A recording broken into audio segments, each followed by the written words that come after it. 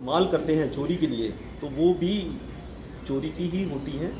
काफ़ी सारे केसेस में नहीं भी होती हैं, तो इसे जनरलाइज करना मुश्किल है, मगर सामने आई सर हमने इसमें 4 लोगों को पकड़ा है, जैसे मैंने आपको पहले भी बताया, और 11 केसेस हमने सॉल्व किए हैं। और पिछले दिनों में जितने भी स्नैचिंग के इंसिडेंट्स हैं, जम्मू शहर की मैं बात कर रहा हूँ, जम्मू डिस्ट्रिक्ट की बात कर रहा हूँ, अब वो सारे के सारे रिजॉल्व हो गए हैं और कोई भी केस मुझे नहीं लगता ऐसा बचा होगा। ऑलमोस्ट सारे केसेस ही रिजॉल्व होंगे चेन स्नैचिंग सर आपने जैसे मैंने बताया कि जो बाकी 5 चेन्स थी जो हमने सांबा से रिकवर की हैं, ये इनका प्लान यही था कि इसके बाद ये दिल्ली जाएंगे और दिल्ली में जाके ये चेन्स को बेच देंगे और वहाँ से फिर उसके बदले में पैसा ले लेंगे। सर जब भी कोई ऐसा इंसिडेंस आता है तो जो कनाइवेंस में लोग होते हैं जिनको ये चेन्स बेची गई हैं, स्टोलन प्रॉपर्टी के मसले में उनको भी उनके ऊपर की उचित कार्रवाई हमेशा ही की जाती है। सर ये 2 यूपी के रहने वाले हैं और 2 लोकल हैं।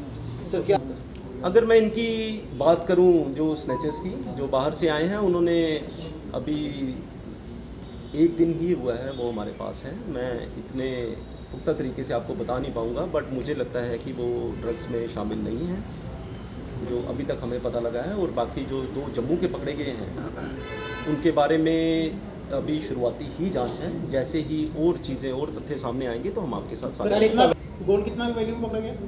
गोल्ड की अभी हमने इसको वे नहीं किया है।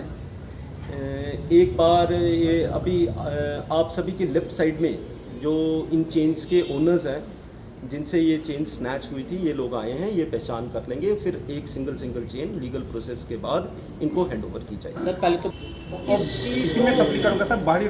इस चीज़ में मैं आपको बताना चाहूँगा कि जैसे यहाँ पे स्नैचिंग के इंसिडेंट्स एकदम से उनका स्पर्ट हुआ, एकदम से राइज हुआ, तो हमने अपने 10 साल का डेटाबेस निकाला।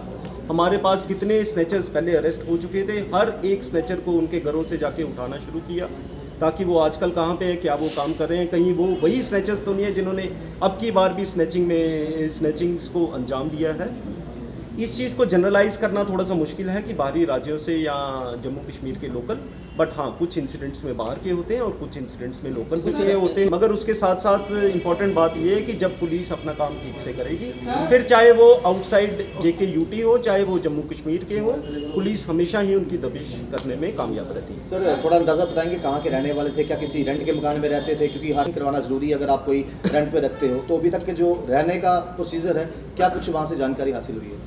जो शामली यूपी से ये 2 लोग आए थे, राम सेवक और धर्मेंद्र कुमार, ये अपनी आइडेंटिटी इन्होंने फौज की थी, नकली इन्होंने आधार कार्ड्स बनाए थे और कोई भी इनसे पूछता था ये यही कहते थे कि हम माता वैष्णो देवी श्राइन में दर्शन के लिए जा रहे हैं। ये बिल्कुल भी नहीं इस चीज़ का इल्म होने देते थे कि ये किसी क्राइम को अंजाम देने के लिए यहाँ पर आए हुए हैं।